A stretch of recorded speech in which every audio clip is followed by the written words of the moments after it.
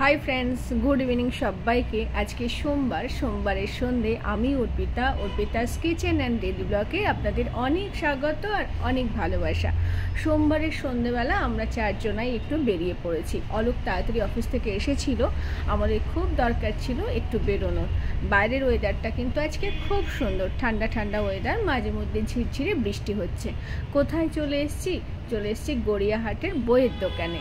সেখানে ছেলের বই কিনতে এসেছি। ওকে তো আপনারা জানেনই, আমরা অ্যাডমিশন করে দিয়েছি। এবার ওর বইগুলো আমরা কিনে নিলাম গড়িয়াহাট থেকে। কোন দোকান সেটা আর বলছি না, মানে সেখানে সব বই পেলাম না, কিছুটা বই পেলাম, আর কিছুটা বই ওনারা পরে অন্য কোথাও অ্যাড্রেস দিয়ে দিলেন, সেখান থেকে নিয়ে নিতে বলেছেন, মানে পরে নিতে বলেছেন। স্টক নেই, 2-1 দিনের পরে আমরা পেয়ে যাব। তারপর চলে এসেছি আশপাশটা একটু ঘুরে দেখবো বলে ঘুরতে বেরিয়ে গেছি। আর চারিদিকে প্রচুর মানে খাবার দাবার, ফুচকা, যেগুলো আমি খুব মিস করতাম বাংলার বাইরে যখন আমি থাকতাম। কোন খাবারটা খাবো আর কোনটা খাবো না বুঝতে পারছি না। তবে শরীর একদম ভালো না, আর বাইরের খাবার একদমই শরীরে আমার নেয় না। দেখা যাক কি করি, বাচ্চারা আছে, একটু তো কিছু খাবোই। বাংলায় এসছি আর বাংলার খাবার খাবো না, এ তো হয় না। মানে ফুচকা, চাউমিন, এগ রোল, এগুলোর প্রতি আমাদের একটা অন্য ভালোবাসা। বাইরে যতই মানে কিনে খাই, বাংলার টেস্টটা যেন খুঁজে বেড়াতাম এই দীর্ঘ 15 বছর ধরে। যাই হোক, এখন যাচ্ছি ছেলের জুতো কিনতে। স্কুল থেকে যেমন জুতো বলে দিয়েছে তেমন তো জুতো কিনতে হবে, সেটা তো আপনারা সবাই জানেন যে স্কুল যেমন বলবে তেমন সবটা করতে হবে। তেমন আমরা চলে এসেছি, যে দোকান বলে দিয়েছে সেই দোকানে চলে এসেছি, বাটার শোরুমে। এবার গাড়ি কি হয়, সব জায়গায় পার্ক করা যায় না, তো সেই জন্য গাড়ি অনেক দূরে রাখা আছে, আর আমরা পায়ে হেঁটে যাচ্ছি। ভিড়, প্রচণ্ড ভিড়। এখানে তো দেখলাম আবার অটো ধরার জন্য লম্বা লাইন পড়ে। এই লাইনটা অটোর লাইন। আমি তো অবাক হয়ে গেলাম, মানে একটা অটোতে 3 জন বা 4 জন উঠবে, আর এনারা দাঁড়িয়ে আছেন 1-150। মানে কখন অটো পাবেন তার কোনো ঠিক নেই।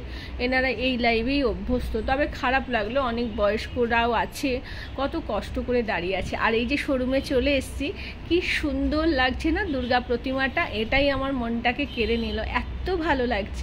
এবার কিন্তু চলে এলাম ঘরে। খুব ছোট্ট ভিডিও করেছিলাম, বেশি বাড়াইনি ভিডিওটা। ঘরে চলে এসেছি, ঘরে চলে এসে রোল খেতে বসে গেছি। বললাম না, বাইরে বেরিয়েছি যখন কিছু তো খাবই। ভীষণ সুস্বাদু টেস্টি রোল।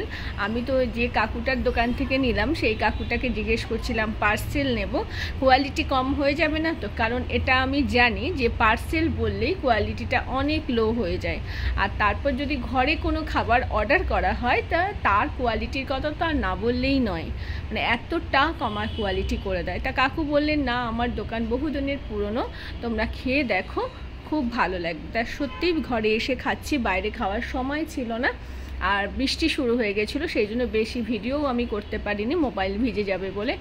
সত্যি অসাধারণ লাগছে এগ রোলটা, খুব খুব খুব খুব টেস্টি। মানে কলকাতায় এসে এই একটা প্রফিট হয়েছে যে এবার বাইরের খাবারগুলো খেতে পারবো, আর ঘন ঘন অসুস্থও হব, যেমন এখন হয়েছি। কালকে রোল খাওয়ার পর আজকে বেশ শরীর খারাপ।